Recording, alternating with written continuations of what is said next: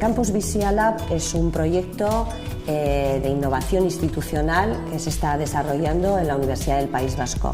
Tiene como objetivo principal convertir a los campus de la universidad en laboratorios en donde se den soluciones a los problemas de sostenibilidad que hay dentro de la propia universidad.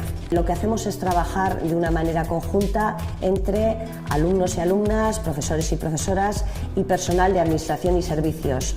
Con esto lo que estamos consiguiendo es que la universidad se convierta en un espacio en donde se practique la educación para la sostenibilidad y la sostenibilidad.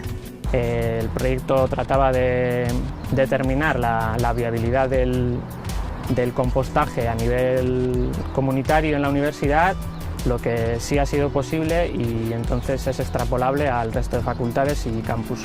Ha habido un paso hacia adelante en el desarrollo sostenible.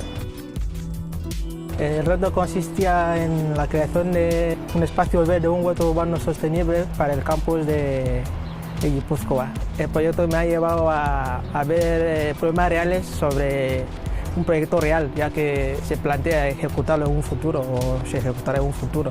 Nosotros concretamente hemos realizado un reto relativo a la mejora del confort térmico y la reducción del consumo y por lo tanto de la huella de carbono de la Facultad de Economía y Empresa de la UPV.